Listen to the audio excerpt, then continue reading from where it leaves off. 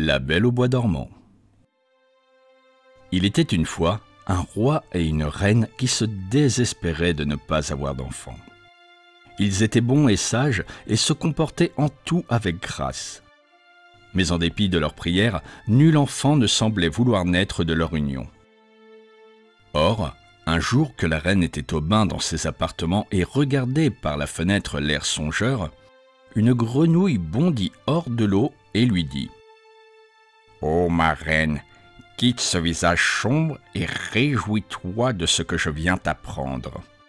Ton vœu sera exaucé et tu mettras une belle enfant au monde avant qu'une année ne soit écoulée. » La reine resta stupéfaite de cet heureux présage et douta même d'avoir seulement entendu parler l'animal.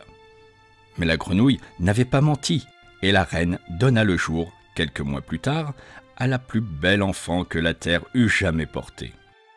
Comme elle surpassait le jour en beauté et que ses yeux saphir éclipsaient les étoiles, ses parents l'appelèrent Aurore et son père décida de donner une grande fête en son honneur.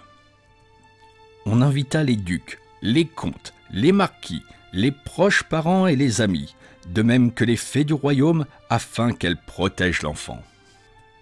Les fées étaient au nombre de 13 dans ce beau royaume, et il eût été normal de toutes les inviter. Mais un détail changea le cours des choses. Le roi et la reine possédaient une vaisselle d'or splendide incrustée de pierres précieuses et voulaient honorer les fées en les servant dans des couverts royaux. Or, les assiettes étaient au nombre de 12. Il fut donc décidé de ne pas inviter la 13e fée, qui d'ailleurs n'avait pas reparu depuis fort longtemps. La fête se déroula dans une atmosphère de joie et de magnificence. Comme le banquet touchait à sa fin, les fées s'approchèrent tour à tour du berceau de l'enfant et lui firent don de toutes les grâces. La première offrit à Aurore la vertu, la deuxième la beauté, la troisième une voix de rossignol, la quatrième la bonté, la cinquième la tempérance, et il en alla ainsi jusqu'à la 11e qui lui accordait la grâce, quand, dans un éclair de feu et de fumée, surgit la 13e fée courroucée. « Je vois que l'on a omis de m'inviter à ce charmant banquet, » dit la méchante fée de sa voix rocailleuse. « Mais je ne serai pas en reste et je veux, moi aussi, offrir à l'enfant un cadeau digne de sa naissance. Écoutez donc! La princesse sera certes la plus belle enfant du royaume et tout le monde l'aimera.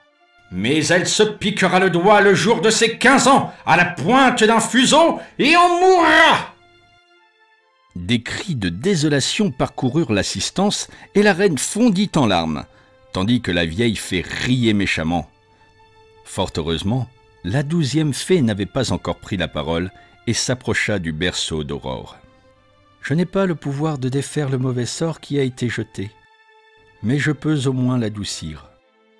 Aurore se piquera donc le doigt le jour de ses 15 ans, à la pointe d'un fuseau, mais elle ne mourra point. Elle s'endormira pour un long sommeil qui durera 100 ans, jusqu'au jour où un prince viendra l'éveiller d'un doux baiser. » La fête aussitôt passée, le roi ordonna que l'on fît brûler tous les fuseaux du royaume. On assista alors à de grands feux dans chaque village, chaque bourg et chaque ville. Plus une quenouille, plus un fuseau ne put être déniché et les femmes oublièrent même le geste de filer. Pendant ce temps, Aurore grandit et devint, comme les bonnes fées l'avaient souhaité, la jeune fille la plus charmante au monde. Tout en elle était grâce et beauté, et le roi et la reine, qui l'aimaient d'un amour immense, négligèrent peu à peu la malédiction de la méchante fée.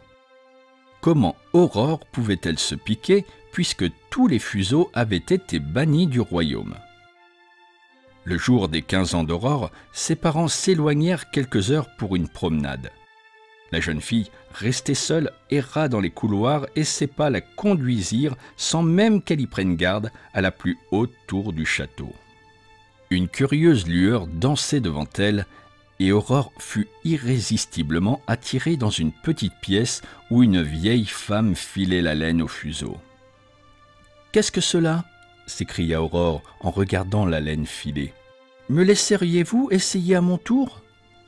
Mais à peine s'était-elle approchée du fuseau qu'elle se piqua le doigt et sombra dans un profond sommeil. La vieille femme, qui n'était pas mauvaise, alla chercher du secours, mais rien ne put éveiller la pauvre enfant. Aussi, le roi fit-il porter sa fille dans la plus belle chambre du château, et Aurore fut couchée sur un lit d'or et de brocart. À la voir ainsi allongée, avec ses beaux cheveux longs et ses lèvres rouges incarnats, on eût dit un ange céleste, et tous ceux qui venaient à son chevet s'étonnaient de sa beauté intacte. Prévenue comme par magie de ce qui se passait au château, la 12e fée accourut auprès de la belle endormie et la regarda doucement. « Comme vous serez seule à votre réveil si le temps suit son cours, » pensa la bonne fée. « Comme le temps jadis vous semblera loin. » Et pour que la jeune fille retrouve le monde qu'elle avait connu, même au bout de 100 années, la fée endormit tout le château de sa baguette magique. Le roi et la reine s'assoupirent lentement tout d'abord, puis ce fut au tour des gentilshommes et des demoiselles, des chambellans et des gouvernantes. Et l'on vit bientôt dormir à leur tour les chiens et les chevaux, les poules et les oies. Même le feu dans l'âtre se figea doucement et le rôti qui cuisait s'arrêta comme pétrifié. Dès cet instant, une haie d'épines se mit à pousser autour du château. Chaque jour qui passait voyait grandir cette étrange forêt, si bien que quelques jours plus tard, on ne distingua même plus les hautes tours du palais. La légende de la Belle au bois dormant se répandit dans le pays et l'on vit tous les princes partir à l'assaut de la forêt d'épines. Mais celle-ci était si acérée qu'ils écorchaient les mains et le visage sans pouvoir franchir l'étrange muraille, et plus d'un jeune homme en mourut. Des années et des années passèrent, et l'on oublia peu à peu qu'une princesse dormait à l'abri du bois d'épines.